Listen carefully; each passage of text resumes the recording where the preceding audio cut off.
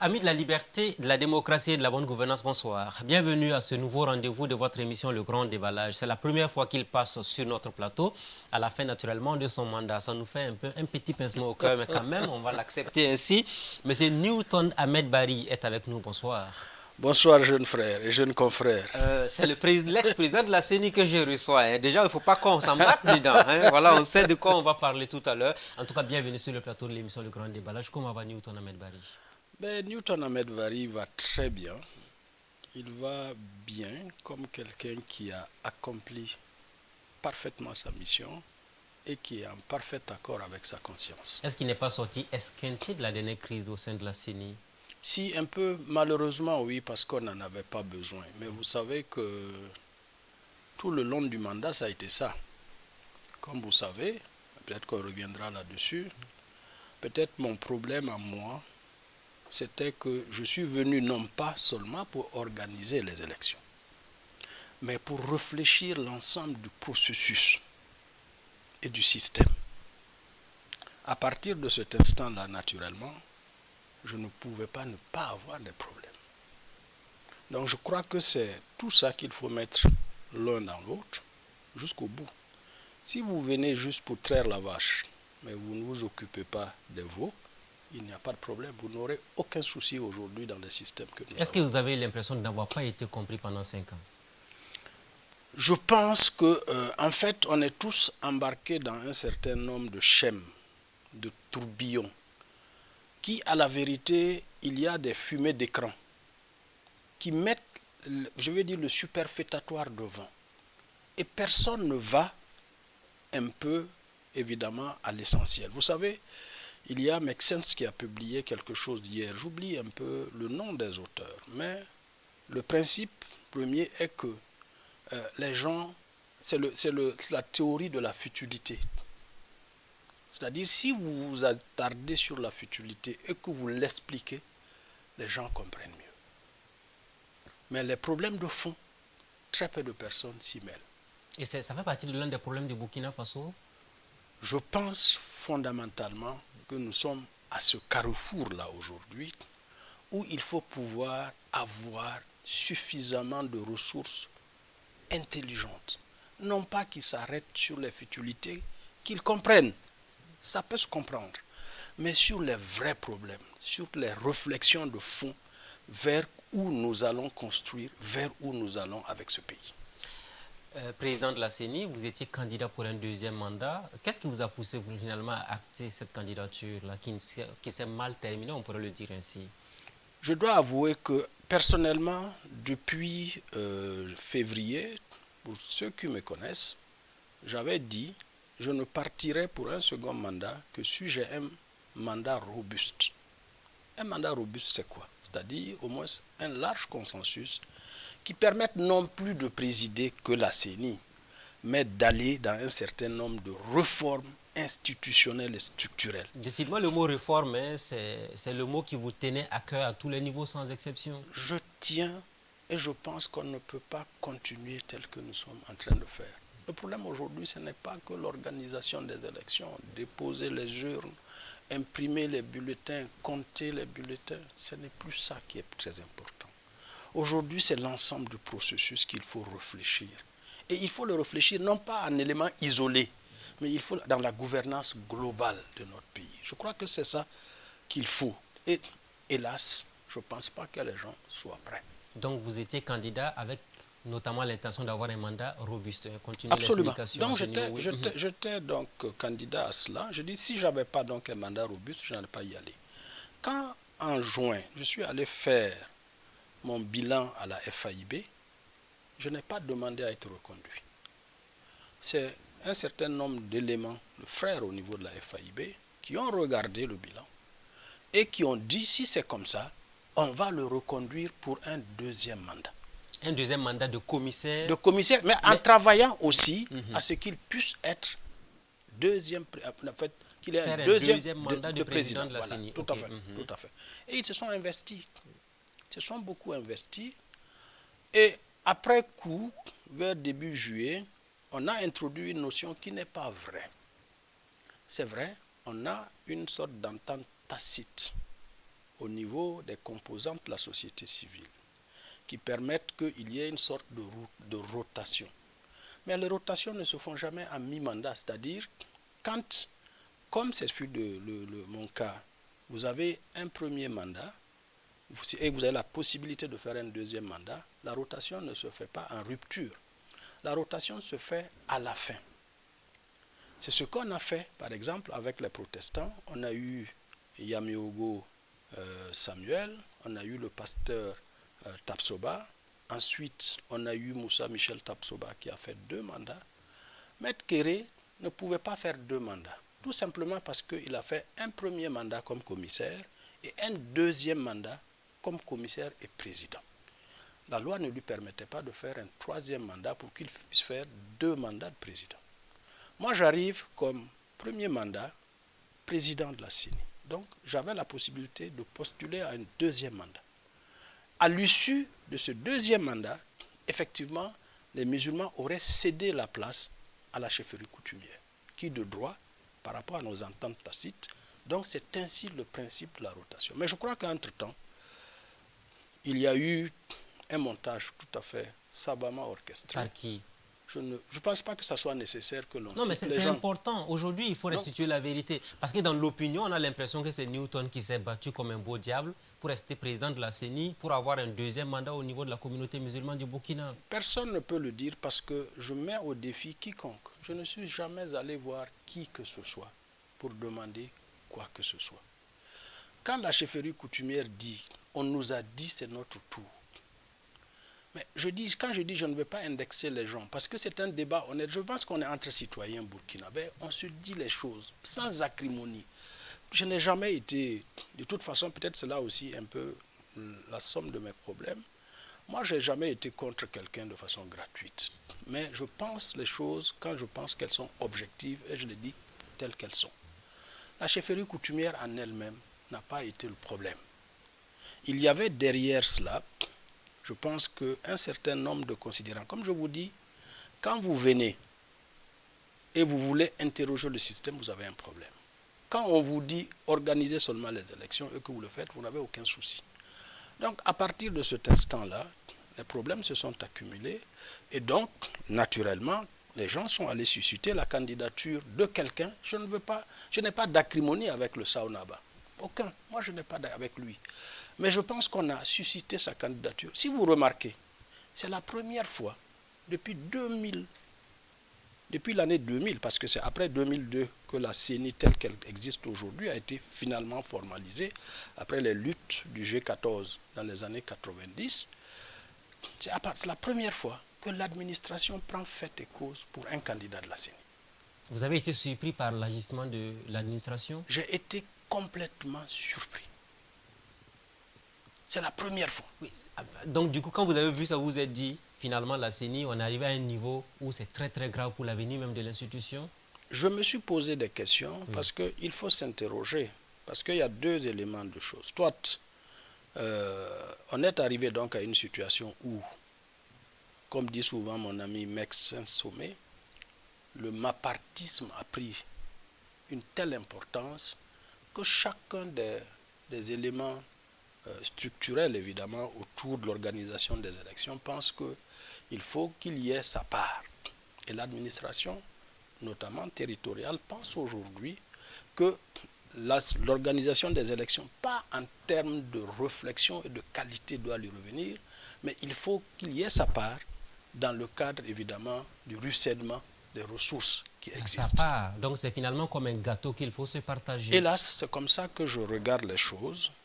Je l'ai dit, donc l'avenir du pays pensée. n'intéresse pas les gens, c'est finalement les retombées financières qui intéressent les acteurs. Je vous entends parler. Je peux vous dire aujourd'hui que l'inimitié dans notre pays, la plus grave, ce n'est pas l'inimitié des idées et des positions, mais l'inimitié des intérêts. Quand, par votre action, même par inadvertance, vous touchez aux intérêts des gens, ils peuvent aller jusqu'à attenter à votre vie. On a l'impression que vous avez été totalement déçu de la position du ministère de l'Administration par rapport au cas du Saonaba. Je ne prends même pas l'administration territoriale de façon isolée. Parce que comme je dis, si vous prenez les éléments, vous les isolez... Oui, mais parce que le débat aussi, c'était à ce niveau-là. La vous... validation de cette candidature qui était problématique et tout ça. Mais moi, je vous pose des questions. Comment pensez-vous qu'un ministre de la République puisse, dans le cadre d'une institution qui est totalement indépendante, parce que quoi qu'on dise, si on veut faire des institutions indépendantes, on les fait. Si on pense aussi qu'elles peuvent être inféodées au ministère, parce que quand on dit ça, on dit non, mais l'institution ne peut pas exister, il y a le gouvernement. C'est vrai. Il y a la collaboration intelligente entre les institutions de la République et le gouvernement. Le gouvernement étant évidemment celui-là qui a été désigné par les populations et par les Burkinabés de façon générale pour conduire à la destinée. Mais il n'y a pas de confusion possible dans les rôles. C'est pourquoi on parle d'institutions fortes. Quand dans l'esprit de l'ancien président des États-Unis, Barack Obama, il parle d'institutions fortes, c'est dans ce sens-là. Il faut que les institutions soient suffisamment solides et fortes pour conduire les processus de telle sorte que nous soyons dans une république équilibrée. C'est ça qu'il faut voir, et non pas le reste. Est-ce que dans l'acte de candidature pour le deuxième mandat, la FAIB vous avait donné des garanties qu'elle allait plaider auprès des autres commissaires pour que vous soyez élu pour un deuxième mandat? Non, la FAIB a fait son travail dans un premier temps. Vous savez, la FAIB, il y a eu 3 réunions au niveau de la FAIB. Il y a eu une première réunion où la FAIB, après je ne dirai pas parce que ce sont des débats internes, mon objectif vraiment ce n'est pas de créer des problèmes au niveau de la FAIB ou de mettre des éléments en dehors, ce n'est pas ça qui est important. Il y a eu un débat où, de façon unanime, ils ont décidé de me présenter comme commissaire. La lettre est partie. Ensuite, il y a eu un deuxième débat provoqué par le président actuel de la FAIB, qui a donc pensé qu'à partir du moment où le Moro Naba propose quelqu'un et qu'il dit que c'est le tour de la chefferie coutumière, les musulmans devraient s'effacer. Il y a eu un deuxième débat au niveau de la FAIB autour de cette question, et les gens lui ont dit, ce n'est pas un souci. Si effectivement le Moro Naba dit que c'est le tour des coutumiers, nous on maintient notre commissaire Newton Ahmed Bari, et il verra. Parce que de toute façon, on ne peut pas l'imaginer avoir été président et rester quand même. Simple commissaire dans sûr. une équipe, parce que, pas forcément que par modestie on ne peut pas l'être, mais tout simplement parce qu'on gêne forcément celui qui est nouveau président. Quand on a été à un niveau de responsabilité, on ne peut pas être encore, je vais dire, en train de discuter ou de contester les décisions de celui qui vous succède. Même si vous le faites honnêtement, il pensera que... Et c'est normal. Et il vous verra toujours même comme un adversaire potentiel, absolument, en fait. Absolument. Donc, la FAIB a dit, on laisse le président Newton, il jugera.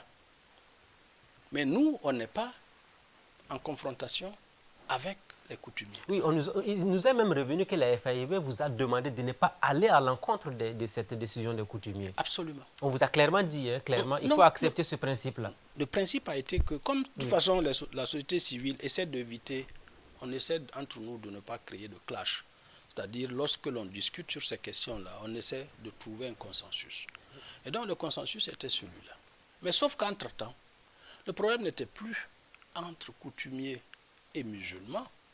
Le problème était entre coutumiers et le CEFOP. À partir du moment où il y a eu une récusation du commissaire proposé par la chefferie coutumière. Mais n'empêche, je pense que le problème de fond, comme je vous dis, il y avait en arrière-plan, il y avait des gens qui avaient décidé de toute façon que je ne devrais même pas figurer parmi les donc votre tête commissaires. était mise à prix alors finalement, à vous écouter. Mais est-ce que vous avez senti ça venir à un moment donné, qu'on ne voulait plus de vous à la CENI? Si, je l'ai senti. Je vous ai dit qu'à partir du moment où vous parlez de réforme. Mais moi, à votre place, j'aurais pu démissionner. Pourquoi vous n'avez pas démissionné de votre propre chef? Parce que vous avez senti qu'on ne veut pas de vous. Vous avez insisté pour rester finalement? Non, je n'ai pas insisté pour rester. À partir du moment où je parlais d'une deuxième réunion, à partir du moment où il y a eu une deuxième réunion à la FAIB, moi je m'en suis tenu à ce que la FAIB a dit. Okay. Donc la question c'était tout simplement, mon mandat finissait le 31 juillet. J'ai une élégance. C'est-à-dire qu'à partir du moment où nous on n'est plus intéressés par la candidature à être président de la CENI, personnellement vous savez très bien que je ne pouvais plus rester comme commissaire. Et il y a eu une troisième réunion? Maintenant, il y a eu une troisième réunion, qui était donc celle qui a la dernière réunion, où je suis allé, on m'a invité. On nous a même dit que vous êtes arrivé en retard ce jour-là. Tout à fait. Je suis allé un peu en retard, on m'a invité, je suis allé, je leur ai dit, bon voilà, je leur ai dit, moi je pense que il ne faut pas que la FAIB rentre ou crée une crise, une deuxième crise dans la crise. Autant entendu qu'à cette époque, ou à la période où ils m'ont appelé, la différence ou le problème c'était avec le SAONABA et le CEFOP. Je dis, la FAIB reste observatrice et comme vous avez recommandé que nous n'allions pas contre la candidature des chefs coutumiers, si la question est réglée, parce qu'en ce temps on pensait que la chefferie coutumière pouvait changer son candidat, et comme on avait dit que c'était son tour, s'il changeait et que cela était conforme évidemment à l'esprit d'un candidat de la société civile, forcément c'est eux qui allaient être à la tête de la CENI aujourd'hui. Et donc, j'ai dit, on reste sur la situation. Moi, je ne suis plus intéressé à rester à la CENI, quoi qu'il advienne, mais je vous demande tout simplement qu'on regarde les choses. Je propose même qu'au niveau de la FAIB, on puisse mettre un petit comité, vous receviez des candidatures et vous pouvez même travailler déjà à sélectionner le candidat qui vous paraît à même de représenter la FAIB au niveau de la CENI. Dès que c'est fait, dès que l'on se rend compte évidemment que la situation n'évolue pas ou que donc la chefferie coutumière est en droit de postuler, moi je viendrai vous remettre ma démission et vous acterez la nomination de le remplacement. Voilà. Puisque tant plus que nous on n'est plus intéressés par la présidence et vous ne pouvez pas rester non plus comme un commissaire. Mais est-ce que vous avez démissionné? Non, je n'ai jamais démissionné parce qu'après, qu'est-ce qui s'est passé? Oui. Sauf que lorsque je suis parti de cette troisième réunion, Zungrana, qui est le président de l'année ou c'est du semestre, a actionné, a fait faire un document administratif un samedi, est allé le remettre à l'administration à 20h pour que l'administration serve et me remplace. Et vous avez été choqué d'apprendre tout ce qui a été fait dans votre dos? On ne vous a même pas appelé pour vous informer qu'il y avait ce travail? Absolument rien. Donc, quand j'ai appris ça, je me suis dit, je ne veux plus me rabaisser à la démission. Ça n'a pas de sens. Moi, je laisse ce acte-là pour l'histoire. Donc, dans l'histoire, il reste qu'un acte administratif faussement réalisé, un samedi, un jour non ouvrable. Vous aurez même pu attaquer ce acte-là ou pas? J'aurais pu le faire et j'aurais gagné. Mais ça n'a pas de sens. C'est-à-dire, souvent, il faut mettre les gens devant leur propre turpitude. Et l'histoire jugera.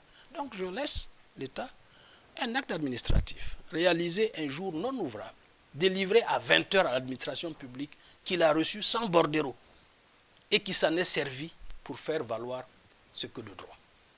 Donc, j'acte et je laisse. Mais je veux dire, la démocratie aussi a besoin de ces éléments pour se construire. Et ça fait jurisprudence dans la tête et dans les actes des gens. Ça veut dire qu'on ne vous a même pas appelé, on ne vous a pas informé du tout de votre remplacement par M. Kafando? Jamais. Mais c'est un seul individu, ce n'est pas quelqu'un d'autre. C'est M. Zungrana. Lui seul? Lui seul, en collaboration avec l'administration publique. Donc c'est comme un coup d'État qui a été fait sur le dos du reste de la communauté. Absolument, parce que la réunion qui a eu lieu le dimanche a été très houleuse. Heureusement que nous avons des gens très sages au niveau de la FAIB, sinon elle aurait éclaté le dimanche. Mais tout ça, je vous dis ça en toute, je vais dire, impartialité.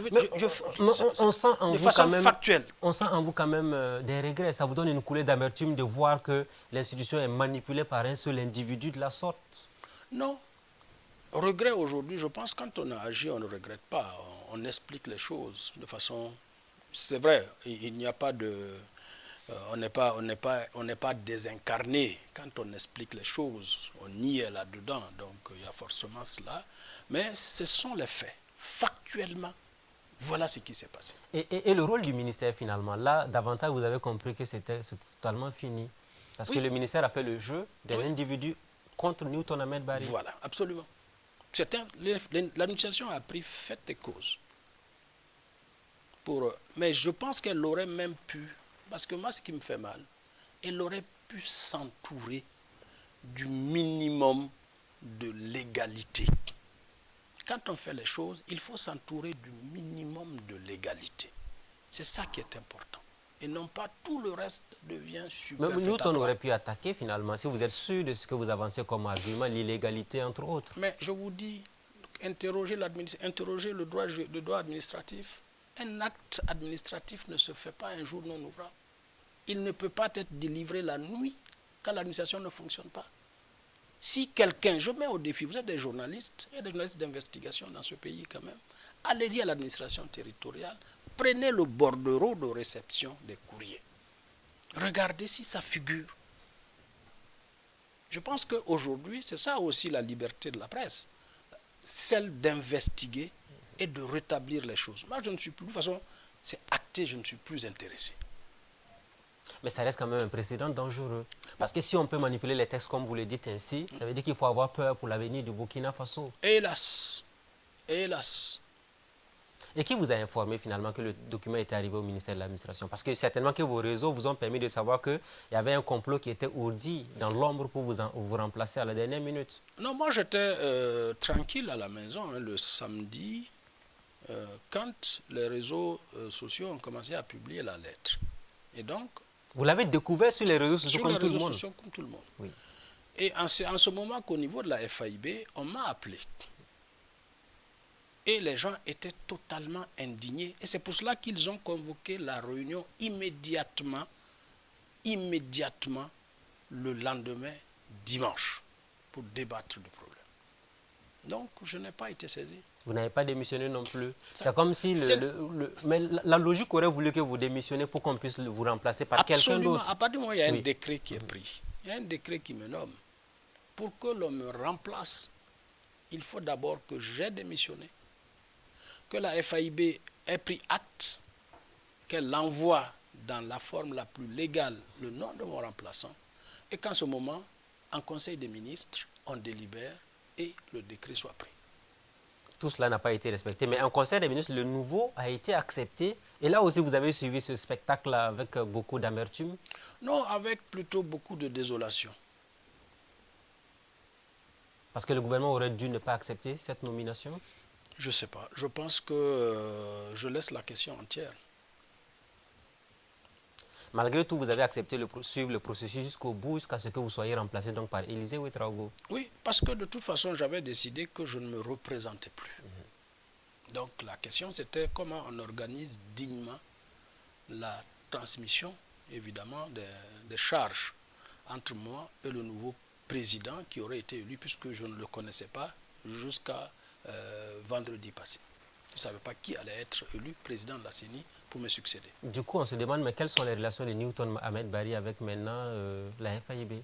J'ai d'excellentes relations avec la FAIB. Vous n'en voulez à personne à part M. Zungrana? Je n'en veux même pas à Zungrana parce que je crois qu'il n'a pas compris. Je ne lui en veux même pas. En fait, vous savez, peut-être ma manière de fonctionner est peut-être totalement iconoclaste par rapport à la moyenne des Burkinabés. Je n'agis pas et je n'ai jamais agi depuis que je suis journaliste. Parce que vous savez, et d'ailleurs, ce qui se passe très souvent, et ce qui s'est toujours passé, c'est que même quand j'étais journaliste d'investigation, lorsque les gens, dans le cadre de ma profession, je venais à les mettre à l'index, quand ils sont en puissance, ils m'en veulent. Mais lorsqu'ils ne sont plus là-bas, la plupart d'entre eux, nous sommes devenus de très bons amis. Je dois dire que la plupart d'entre eux. Donc vous et Zungrana, quand vous allez vous croiser en ville, vous allez rire comme si de rien n'était et tout? Non, comme je vous dis, je n'en veux pas à Zungrana, je le plains. Donc, à la limite, je n'ai pas de problème avec lui. Mais est-ce qu'il n'est pas temps que la FAIB se réorganise finalement au vu de ce précédent qui vient d'être posé comme acte? Je pense que la FAIB aujourd'hui est constituée de gens de très grande valeur. Surtout la jeunesse, les jeunes composantes de notre communauté qui montent, qui sont des gens extrêmement consciencieux et qui ont une conscience de soi très très importante et qui, évidemment, sur un certain nombre de choses, la question ne s'agit pas de renverser toute la table. Il s'agit de passer aujourd'hui dans un processus un peu comme pour l'ensemble du pays. Construction structurelle, des éléments qui permettent de fortifier les composantes Et c'est ça qui est l'avenir du pays et non pas l'inverse. Malgré tout, hein, celui qui vous a succédé a fait acte de candidature et il a été battu finalement par Élisée Ouedraogo. Et ça vous a un peu désolé? Parce que ça aussi, la fédération, à une réunion récente, a fait ce reproche au juge Kafando. Parce que à partir du moment où la FAI, parce que vous savez les structures là, on va à la CENI, vous êtes d'abord désigné par une composante, mais il faudrait aussi que la composante accepte que vous fassiez acte de candidature à la présidence de la CENI avec son plein gré. Tel n'était pas le cas, et à la limite, ça a été une humiliation pour les musulmans. Donc ça, c'est parce que à ce niveau-là aussi, M. Zongrana, qui n'a pas très bien compris les choses, n'a pas su faire les choses comme elles devraient être faites. Oui, mais un individu ne peut pas jeter en pâture toute une communauté. Il y a un laisser-aller, il y a peut-être une désorganisation interne qu'il faut travailler à ramener sur le bon chemin. L'eau ne pourrit jamais seule. Pour que l'eau pourrisse, il faut qu'il y ait un élément extérieur qui tombe là-dedans. Il nous est revenu que pendant ces réunions, il y a des noms qui ont fuité, qui ont été rejetés, hein, parce que certains avaient commencé à dire enlever Newton tout de suite et maintenant s'il va poser problème à la communauté musulmane.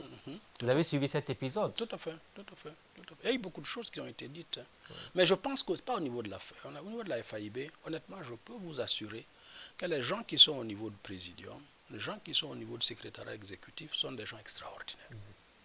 Je vous assure. Au-delà de la FAIB, je veux qu'on revienne maintenant sur votre gestion de la CENI parce qu'il y a eu trop de choses. Quand vous avez été élu 2 ans plus tard, l'opposition a commencé à s'en prendre en vous. Certains même ont déclaré que vous étiez un danger pour la démocratie. Vous vous rappelez de cet épisode? Parce que vous avez lancé les réformes finalement au niveau de la Commission électorale nationale indépendante. Comme je vous dis, grosso modo, les systèmes actuels sont faits pour ne pas être perturbés. On a l'impression que les acteurs politiques ne s'intéressent pas à l'avenir de la nation. Les acteurs politiques, chacun se préoccupe de comment il peut, dans le système qu'il essaie de maîtriser plus ou moins, tirer son épingle du jeu. Comment il peut être performant, comment il peut être amélioré, comment il peut être, du point de vue structurel, devenir soutenable sur les finances publiques, ça préoccupe personne. D'ailleurs, c'est comme m'a dit tous les jours, quand j'ai commencé à parler des réformes, Newton, on t'a dit de venir organiser des élections, ne t'occupe pas de l'argent. C'est ce que les politiciens vous disaient. Tous les politiciens, tous les bords, y compris du CEFOP jusqu'à l'APMP. On me dit, t'occupe pas des coûts. Donc, à un moment donné, vous étiez un cavalier solitaire finalement. Parce que l'impression que ça donne, c'est le cas. Vous voulez faire des réformes, personne ne veut vous soutenir. On a senti à un moment donné même que vous avez failli démissionner de la présidence de la CENI. Si la FAIB n'était pas revenue, je pense qu'en fin 2018, je serais parti. Vous avez écrit la lettre de démission, c'était presque... Oui. Je suis allé voir toutes les autorités pour leur dire que je partais. Parce que, à partir du moment où, moi, je ne suis pas venu, moi, ce n'est pas l'ingénierie électorale qui me pose problème. Vous savez, le premier idiot que vous prenez, vous le mettez aujourd'hui à excusez-moi l'expression, vous lui donnez les ressources nécessaires avec la tradition électorale que nous avons, il réussit les élections. Ce n'est pas ça le problème. Mais comment aujourd'hui, là où nous sommes arrivés du point de vue de la qualité de ce que je crois être la qualité de notre démocratie, comment on renforce une institution comme la Commission électorale nationale indépendante, en lui donnant non seulement les moyens institutionnels, mais les moyens évidemment du point de vue législatif qui lui permettent d'être un bel mécanisme qui permette de créer des élections ou de réaliser des élections totalement honnêtes et propres dans un cadre de soutenabilité financière en rapport avec nos ressources. Sans qu'on ait forcément besoin d'aller mendier, passer le temps à demander aux partenaires internationaux de nous soutenir à n'en pas finir. Moi, je peux vous assurer, Ismaël Ouedraogo, qu'aujourd'hui, nous n'avons pas besoin de demander de l'argent pour organiser nos élections. On n'en a pas besoin. L'élection présidentielle et législative a coûté au total combien de milliards de francs CFA? Aujourd'hui, nous sommes autour de 20 milliards 600 millions. Pour l'ensemble du scrutin? L'ensemble du scrutin. Alors qu'au début, on parlait de 100 milliards. Et ce chiffre avait été annoncé dans l'opinion qui était totalement... C'est moi qui l'ai annoncé, c'est un chiffre vrai. Parce que si vous preniez un certain nombre de ratios, parce que vous savez, la structure des coûts se construit autour des ratios. Si vous avez 2 500 000 Burkinabés à l'étranger, vous avez au minimum au minimum 40 milliards pour organiser l'ensemble du processus.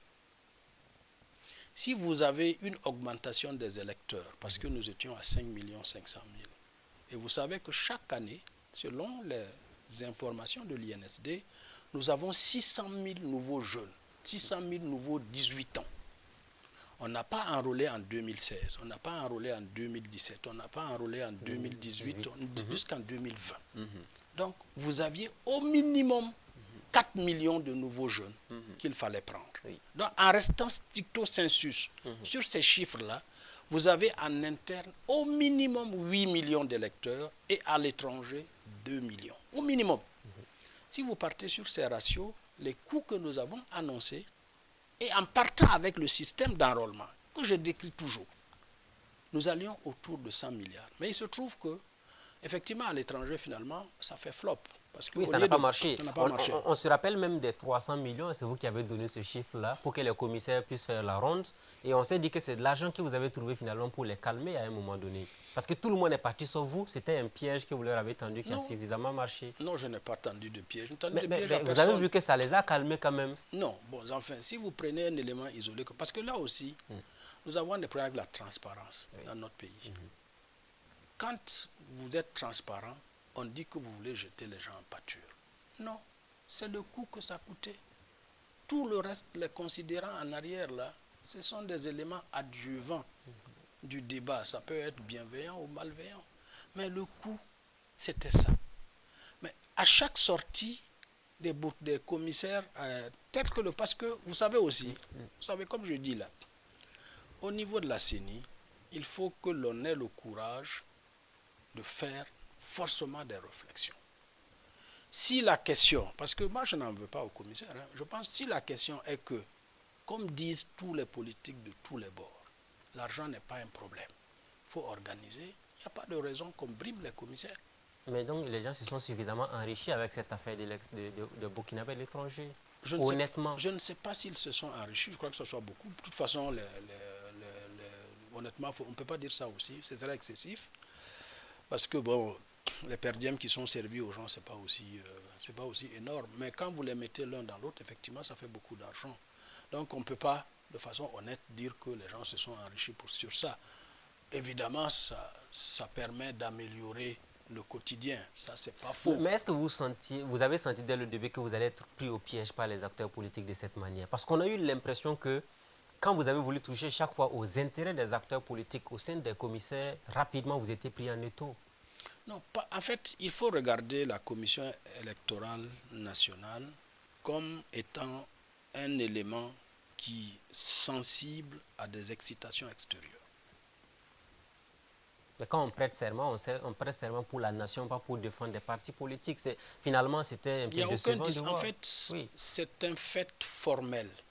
On a vu le président du Conseil constitutionnel, il l'a dit, il a invité les nouveaux commissaires à se départir des accointances politiques pour mettre l'intérêt supérieur de la nation. Ça a été le même cas quand vous avez prêté serment, c'est ce qu'on vous a dit. Oui, mais ça, quand des proclamations ne sont pas suivies d'éléments tangibles d'encadrement, ça devient des proclamations. C'est-à-dire qu'aujourd'hui... Mais que faisons-nous de la Constitution? Que faisons-nous des lois sacrées du pays? Oui, les lois existent, mais il faut encore qu'il y ait des éléments subséquents en termes de législation qui encadrent pour que celui qui s'écarte de son serment puisse immédiatement être pris en charge par la loi, puni. Dans le dispositif actuel, il n'y a rien de cela. Donc on peut ne pas respecter son serment et n'avoir aucun problème. Je ne vois pas dans l'arsenal législatif un élément du dispositif qui sanctionne le non-respect du serment. Il n'y en a pas. Quelle était votre difficulté avec le CEFOP? Parce qu'on a eu l'impression que c'était chaud chaque fois avec le CEFOP au niveau de la CENI.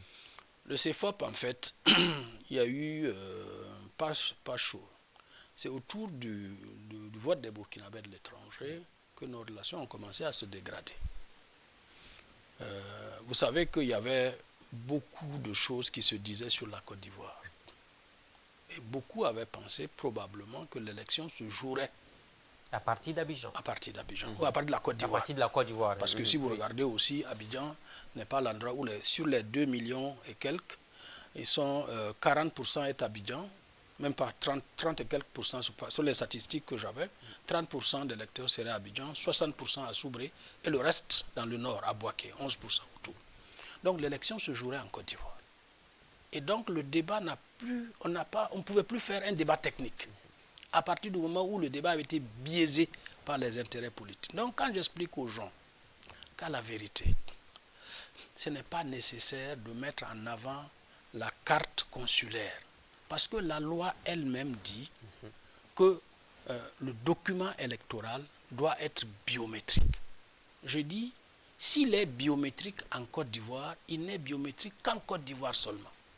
Donc, il ne faut pas transposer la biométrie en Côte d'Ivoire, voilà, au Burkina Faso en fait. Non, même pas ça. Oui. C'est-à-dire à l'ensemble, on a 22 pays où nous avons des ressortissants. Au Mali, ce n'est pas biométrique. Donc on ne veut pas dire la carte consulaire du Mali parce qu'elle ne l'est pas.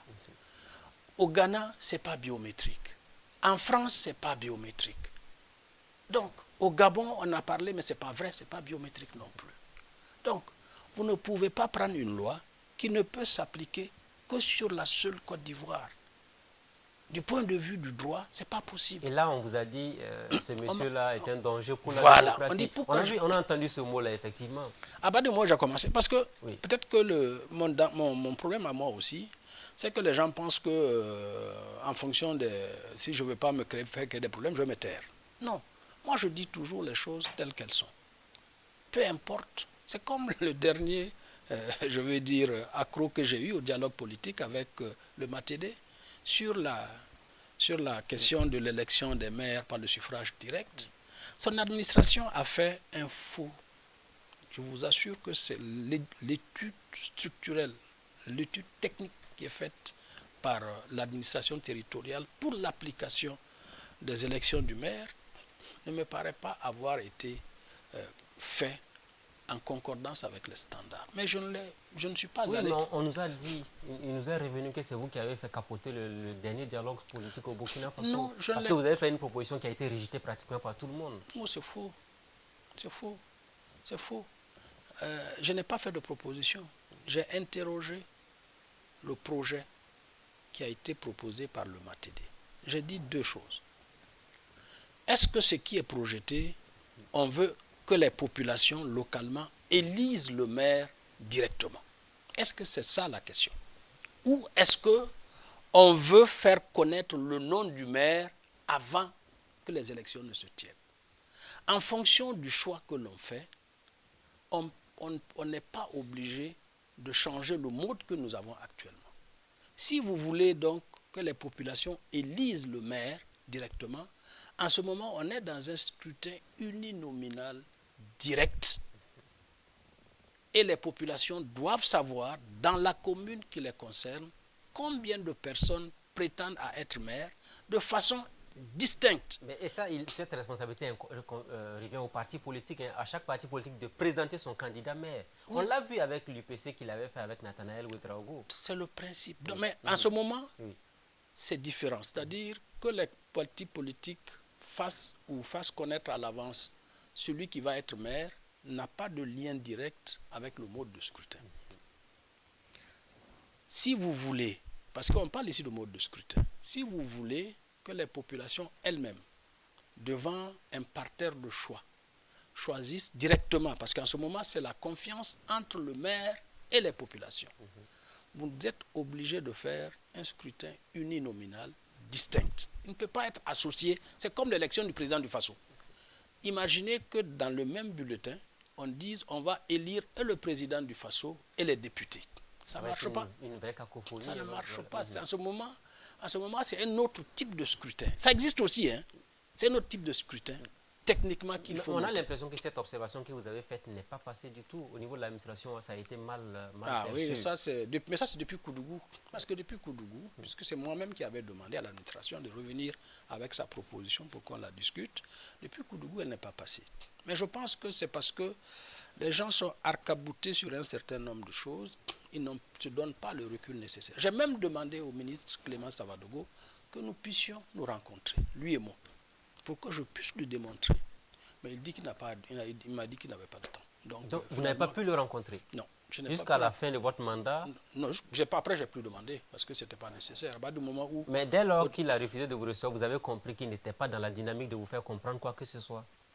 Bon, enfin, je ne peux pas extrapoler parce que, bon, s'il y a beaucoup de choses après, donc... Oui, mais revenons quand même sur ce qui s'est passé entre vous et puis le CFOP, on se rappelle en son temps, vous avez dit, chose qui a marqué les esprits, si je dois ramper devant le président du CFOP, M. Zéphirin Diabré, qui n'est pas encore au pouvoir, que dois-je faire devant Roch Christian Kaboré? M'étaler de toute ma longueur et me couvrir de poussière. Et quand vous avez dit, on dit, mais c'était un affront de la part de Newton. Apparemment, les gens même ont commencé à dire, ce monsieur-là, il est suffisant, il pense qu'il peut tout faire seul. Non, mais là aussi, c'était toujours dans le cadre des réformes. Quand je dis, utilisons la CNIB, elle suffit. Parce que même le passeport qui a été ajouté... Mais ils ont parlé de perspectives de fraude. On a parlé de fiabilité et autres. Je vous explique. Mais c'est illogique quand même de penser qu'on peut utiliser le même document pour s'enrôler et on trouve qu'il n'est pas assez fiable pour l'utiliser comme document de votation. Ça n'a pas de sens. Je veux dire, il n'y a pas de logique. Dans ce cas, il faut complètement le mettre de côté et donc trouver un autre document fiable par lequel les gens s'enrôlent sur le fichier électoral. C'est ce que j'ai dit. Mais ici, Zéphirin avait fait une proposition qui ne me paraît pas correspondre techniquement aux standards, devant le chef de l'État et devant tout le monde. Je lui ai dit, monsieur le président Diabré, moi je ne crois pas que cette... Il m'a posé la question, je lui ai dit, ce que vous dites là ne me paraît pas correspondre à ce que je pense techniquement faisable. Et je ne sais pas comment le faire. C'est ce que je lui ai dit. Bon, il ne l'a pas apprécié, mais je suis désolé. Je suis quand même président d'institution, quoi qu'on dise. On a voulu avoir un homme soumis, on a l'impression. Peut-être ça. Celui qui est disponible pour accepter tout ce qu'on va lui dire de faire. Pas de contestation pour que vous puissiez être le président de la CENI. Et vous avez refusé d'avoir cette posture. Bon, ça aussi, il faut faire ce que je dis. Si on veut faire des institutions un peu, comme disait Salif Diallo, de yes man, ça aussi, il faut le faire. Donc, Newton Ahmed Bari n'est pas un yes man. Je ne sais pas si je suis un yes man, mais je me donne la liberté de dire devant les situations ce que je pense. Je ne dis pas forcément que j'ai raison. Mais est-ce que vous avez compris après que finalement, ce n'est pas facile de travailler avec les acteurs politiques? Je découvre, oui. Je découvre parce que, à la vérité, en matière politique, dans le système que nous avons, ce n'est pas ce qui est apparent qui est vrai. Ce qui est apparent, ce n'est pas vrai. Pas du tout. Il y a l'autre aspect aussi, c'est qu'on a parlé de marchés que vous avez passé de gré à gré, des marchés donnés à des amis. Tout cela a été porté contre vous à un moment donné pour vous décrédibiliser et vous avez tenu à dire dans l'opinion que votre intégrité était imparable. C'est pour ça que j'ai demandé à tous les journalistes de passer regarder le marché que moi j'ai pu passer de gré à gré. Je vais vous donner sur l'ensemble des marchés du processus électoral de l'opération, près de...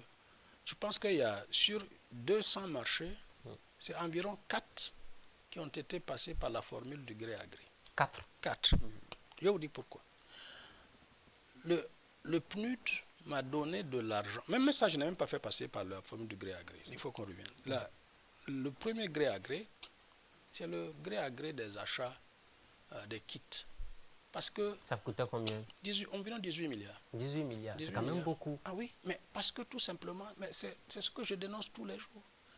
Si nous restons dans le système d'enrôlement avec un seul interlocuteur au niveau international qui nous a vendu son software, c'est-à-dire son logiciel mère, que vous êtes obligé de prendre. Donc vous êtes obligé chaque fois que vous voulez améliorer, faire une mise à jour de ce dispositif-là, vous êtes obligé de vous retourner vers lui et donc de conclure un gré à gré avec lui.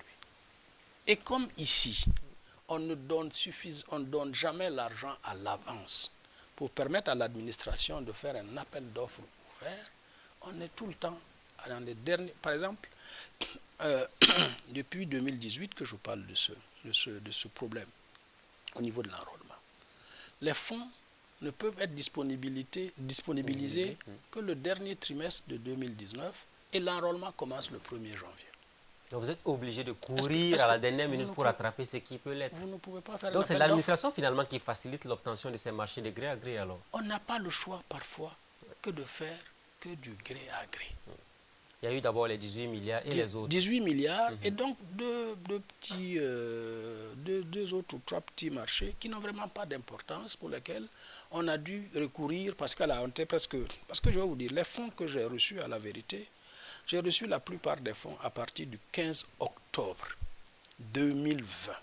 Pour les élections de novembre. Novembre. Un mois environ avant les élections. Et ça, je peux vous assurer que je me dis, nous avons quand même en interne des gens, des opérateurs économiques, des personnes de qualité qui nous ont permis en moins de 20 jours, malgré la situation du Covid, d'avoir des isoloirs, d'avoir des urnes, d'avoir des scellés.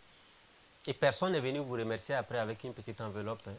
On n'a pas, parce qu'on n'a pas fait pour qu'on nous donne de l'argent. Si on voulait faire, on facturait en plus. Oui, certains pensent qu'être président de la CENI, cela donne des avantages, des enveloppes, la corruption et tout ça. Oui. Je vais vous donner un exemple. Oui. Pour que vous puissiez avoir des enveloppes, il faut que vous permettiez que, évidemment, au niveau déjà du départ, il y ait un surcoût. Vous pouvez prendre l'ensemble des marchés que nous avons passés, il n'y a pas de surcoût. Parce que soit on s'est collé à la mercuriale, et je remercie le contrôleur financier qui a fait son travail. Le directeur du contrôle financier était avec nous. Dans Newton défie quiconque pense qu'il a eu à se faire corrompre, d'avoir pris de l'argent avec qui que ce soit de venir. Celui qui peut le démontrer, qu'il vienne. Que j'ai pris de l'argent avec qu'un tel m'a donné de l'argent, qu'il vienne le dire. Moi je suis là, je suis stoïque. En rapport avec les marchés publics, personne ne peut le dire. Parce que personne ne peut dire ça. Puisque, comme je vous dis, mon rapport dans le cadre de l'organisation de ces élections était, comme j'ai toujours dit, choisir les meilleurs pour avoir ce qui est mieux, ce qui est bien. On a vu ce courrier-là qui a circulé d'1 milliard et quelques qu'il fallait payer, le ministère qui vous avait répondu, avant finalement d'accepter faire ces dépenses. Ce courrier-là aussi était sorti. C'est normal. Oui. C'est normal parce que vous savez, la veille, le jour des élections, si vous regardez, c'est pour ça que j'ai dit que je mets à la disposition l'ensemble des acteurs le rapport qui a été fait par l'inspection générale des finances. Le problème c'était quoi? Le problème c'est que si vous êtes à la veille, on dit à Banfora il manque des bulletins, vous ne pouvez pas souscrire un contrat avec une imprimerie cette nuit-là pour lui demander d'imprimer. Vous êtes obligé de demander par les voies qui existent aussi à cette imprimerie de t'imprimer. Ensuite, vous allez faire une régularisation. Donc, il y a eu ces questions et nous étions dans un système particulièrement difficile. Il y a eu aussi la location des avions parce qu'il fallait déposer des bulletins. Et ça coûte combien, la location d'avions? Grosso modo, 300 millions ou un truc comme ça. Mais je n'ai pas les... Environ 300 millions. Environ 300 millions. Juste pour aller déposer les... Oui, mais c'est quand même, ça coûte de l'argent, ces trucs. Donc, si vous regardez sur la période, comme ça, ça nous a coûté autour de ça. Je ne me rappelle plus très bien du coup, mais je vite, mais c'est dans l'ordre. C'est dans l'ordre quand on met les éléments. Et c'est tout cela réuni là qui faisait les plus d'1 milliard à payer. Bien sûr, il y a ça. Il y a par exemple, quand le jour des élections, il y a un problème quelque part, on saisit 3 radios pour faire un communiqué. On ne paye pas à l'avance, on n'a pas le temps de signer un contrat avec eux. Tout ça là, après, on met ça ensemble. D'habitude, ce que les gens font, parce qu'ils peuvent ne pas demander l'avis du ministère. Moi, j'ai tenu à le faire. Toutes ces dépenses-là, vous avez...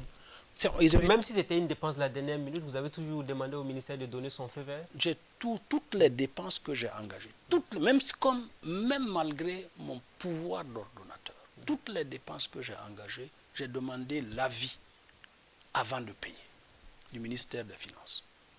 Vous pouvez regarder, pour toutes les dépenses, il y a un avis du ministère des Finances. Pour toutes les dépenses que j'ai engagées. À la fin du processus, on a parlé d'élections au rabais, élections catastrophiques. On a même vu à la proclamation des résultats certains commissaires se retirer. On a eu des sueurs froides, des violences post-électorales au Burkina Faso. Et les gens vous regardaient en disant que c'est Newton qui allait nous amener dans des problèmes. Dieu merci, Newton n'a amené personne dans aucun problème. Mais reconnaissez quand même que les élections n'étaient pas très propres. Pourquoi? Dites-moi. Il y a des gens qui n'ont pas pu voter, il y a des localités dans lesquelles les bureaux de vote n'ont pas ouvert à l'heure et tout ça. Ça, vous le savez. Non, parce que quand vous dites ça, ça c'est un peu le général. Vous savez, les gens brassent les idées comme ça. On a l'impression que vous n'avez pas vu les difficultés organisationnelles de cette élection. Si, puisque je me suis investi à les corriger au fur et à mesure. Mais je vous donne des éléments chiffrés. Le jour des élections, selon les observateurs les plus crédibles, à 6 heures du matin, donc l'heure d'ouverture, 90% des bureaux de vote avaient ouvert. Autour de 10 heures, 98% des bureaux de vote avaient ouvert. Le reste progressivement dans la journée. Dites-moi, quelle est cette élection dans le contexte, et puis n'oubliez pas, nous étions quand même dans un pays où, j'ai eu des difficultés pour prendre des kits électoraux de Touéni pour les amener à Tougan. Parce que tout simplement, Touéni, Tougan, c'est pas loin, mais on ne peut pas aller par la route. Dites-moi, mais plus généralement, vous savez, dans les différents pays en Afrique de l'Ouest, il n'y a pas ce pays où, à 6 heures pétantes, tous les bureaux de vote, 100% des bureaux de vote ouvrent. Au Niger et au Bénin, d'ailleurs, ce qu'ils font comme dispositif, c'est qu'on ne tient pas compte de l'heure d'ouverture du bureau, mais de la durée d'ouverture du bureau de vote. Si vous ouvrez à 10 heures, par exemple, la durée du vote, c'est de 5 heures. Si vous ouvrez à 10 heures, vous devez vous arranger pour faire vos 5 heures. Ainsi de suite. Et au Burkina, on a pu respecter les normes en la matière. Hein? Au Burkina, oui, on ouvre en même temps. Donc, il n'y a pas d'heure de rattrapage. Mais, sauf que, si vous êtes à 18 heures, vous n'êtes pas venu tôt, mais à 18 heures, vous êtes dans un bureau de vote et que vous n'avez pas pu voter, l'obligation est faite au président du bureau de vote de récupérer votre carte et de vous permettre de voter, même si ça peut aller au-delà de 20 heures. De l'heure requise. Alors, au niveau finalement du dépouillement, certains commissaires se sont plaints, d'autres même se sont retirés. Comment vous êtes parvenu à gérer cette crise-là? Pas au niveau de la centralisation des résultats. Vous savez, ça aussi, ça a été une des difficultés du processus que j'ai conduit. Il n'a jamais existé une élection où la loi électorale a été modifiée à 70 jours du scrutin. Ça n'existe pas. Et quand on a modifié la loi le 25 août, on y a introduit une nouvelle donne que nous n'avions pas pris en compte ou maîtrisée, c'est-à-dire la compilation manuelle. C'est ce que l'opposition a dit. On a dit que vous êtes passé par là pour faire de la fraude et autres. Certains ont vite fait de penser que c'était une manière pour vous d'accompagner une perspective de fraude électorale. Non, mais si c'est pour ça, Ismaël Ouédraogo, il lui fallut que dans un bureau de vote, on dise tel résultat est fraudé. Est-ce que vous avez connaissance au jour d'aujourd'hui, un bureau de vote où quelqu'un a dit les résultats de ce bureau de vote ne correspondent pas au vote donc vous n'avez pas compris le retrait de ces commissaires qui n'ont pas voulu participer à la proclamation des résultats? Je vous explique en fait. Oui. Donc ils ont introduit une nouvelle notion qui est donc la compilation manuelle. Elle n'avait pas été très bien maîtrisée. Je vais vous dire que le 21 au soir, j'ai convoqué l'ensemble des commissaires. Ils sont venus de partout. Les gens étaient dans leur région, ils sont revenus. Nous avons fait une séance de travail par rapport à la question de la maîtrise de la compilation manuelle, parce qu'il lui fallut d'abord avoir donc un manuel autour de ce nouveau dispositif et l'enseigner à l'ensemble des gérants des bureaux de vote. Il y a quand même 150 000 membres de bureaux de vote autour du pays et à l'extérieur. Donc, nous nous sommes réunis pour voir comment on comprend, quel est l'entendement qu'il faut avoir de la compilation manuelle au niveau des 368 CCCR, centres de compilation donc par commune. On n'a pas pu, on a dit donc arrêter un petit truc, c'est-à-dire vraiment un truc machin, et on a envoyé cela au directeur de l'informatique pour qu'il donne à l'ensemble des présidents des CCCR. Donc, sur ça, ils ont dû appliquer, mais vraiment, ce n'était pas quelque chose de satisfaisant pour tout le monde, puisqu'on n'a pas réfléchi. Quand on a commencé le dépouillement, nous nous sommes dit, voilà ce qu'on va faire. On va, dans un premier temps, considérer l'ensemble des résultats des CCCR où les gens ont pu faire la compilation manuelle. On centralise ces résultats, comme nous sommes dans la présidentielle, c'est une circonscription nationale. Donc, on centralise ces résultats des CCCR où il y a eu la compilation manuelle. Maintenant, dans un deuxième temps, on va demander, là où la compilation manuelle n'a pas eu lieu, que les équipes reprennent et maintenant nous envoient les résultats. Il se trouve tout simplement que, et ça aussi c'est un élément factuel et honnête, l'opposition s'étant rendue compte au fur et à mesure que nous publions les résultats, que les chiffres qui étaient donnés les déboussolaient par rapport aux résultats réalisés, se sont braqués finalement et ont demandé à leur commissaire de se retirer. Et les commissaires sont venus vous voir pour vous dire qu'ils allaient se retirer? Les commissaires sont retirés. Sans vous informer, sans vous dire quoi que ce soit? Non, on était en pleine délibération quand le commissaire représente, puisque c'est une composante, oui. Ils ont dit qu'ils allaient se retirer. Et vous avez dit quoi? Nous, on va continuer à publier les résultats? Non, quand ils se sont retirés, non, l'intérêt n'était pas de faire ça. On pouvait faire sans eux. Mais l'intérêt était que l'on retrouve le consensus. Donc, à partir du moment où ils sont retirés, quelle que soit la raison, nous avons suspendu. Et nous avons commencé les pourparlers avec eux. Mais à la vérité, ce n'était pas eux. C'est parce que ça venait du CEFOB. Donc, il fallait donc discuter avec le CEFOB pour le convaincre. Et puis, entre-temps aussi, les gens se sont rendus compte que c'est la réalité des urnes. Je dis, on peut ne pas aimer les résultats des urnes, mais c'est ce que les Burkinabés ont décidé. Et c'est la voix du peuple qu'il faut respecter. Oui, c'est-à-dire partout. Mais moi, j'étais aux États-Unis. À Washington, le jour de l'élection de Trump, il n'y avait pas une mouche qui volait. Tout le monde était abasourdi. C'est la réalité des élections. Mais est-ce que de tout ce qui s'est passé, quel enseignement vous tirez de cette présidence de la CENI, en quelques mots?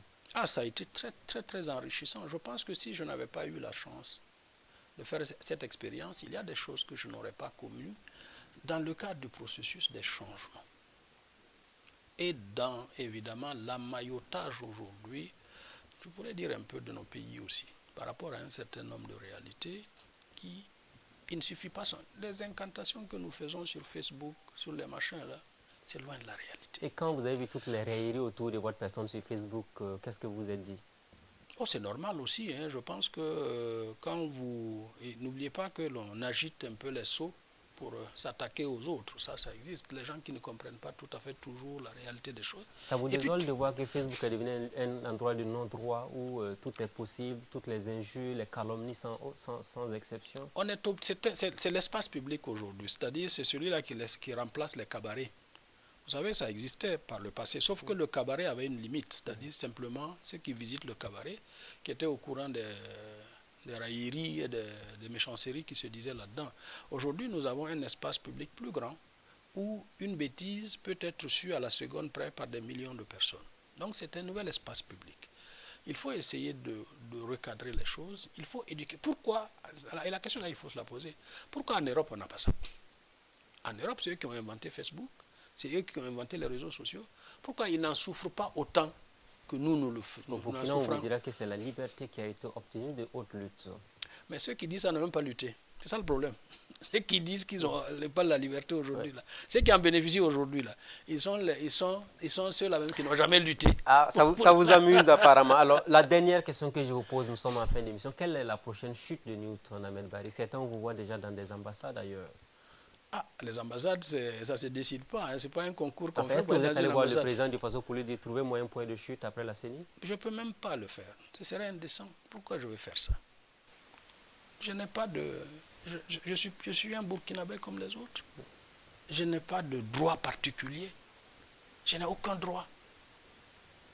Qu'est-ce que vous allez faire finalement après avoir quitté la CENI? J'ai tellement de choses à faire. Moi, je vais m'intéresser à des questions que je n'avais pas pu approfondir, que j'avais laissées en rade. Comme la question de l'insécurité dans notre pays. Vous savez que c'est une question qui m'a toujours tenu à cœur et sur laquelle j'ai beaucoup travaillé. Je vais me donner quelques jours de réflexion sabbatique et ensuite je vais m'y investir. Parce que j'ai besoin de comprendre. J'étais arrivé à un certain niveau, j'avais des niveaux de connaissances. J'ai envie de faire une mise à jour et de comprendre le phénomène. Et c'est ça. C'est la préoccupation de notre pays aujourd'hui. Comment nous sortons par le haut de cette question-là. Et puis plus prosaïquement, j'ai beaucoup de choses à faire. J'ai ma ferme à gérer. Merci à vous, Newton Ahmed Bari. Merci. Ainsi prend fin le rendez-vous de ce jour. En tout cas, merci d'avoir accepté notre invitation. On vous souhaite bonne suite de carrière parce que l'avenir, c'est celui qui sait aussi le modeler et l'organiser comme on l'entend très bien. Merci, jeune frère. Merci et bonne chance à vous aussi. Merci, c'est gentil. Merci. Amis de la liberté, de la démocratie et de la bonne gouvernance, ainsi prend fin le rendez-vous de ce jour. Merci à tous et à chacun. Rendez-vous la semaine prochaine avec un nouvel invité. Bonsoir.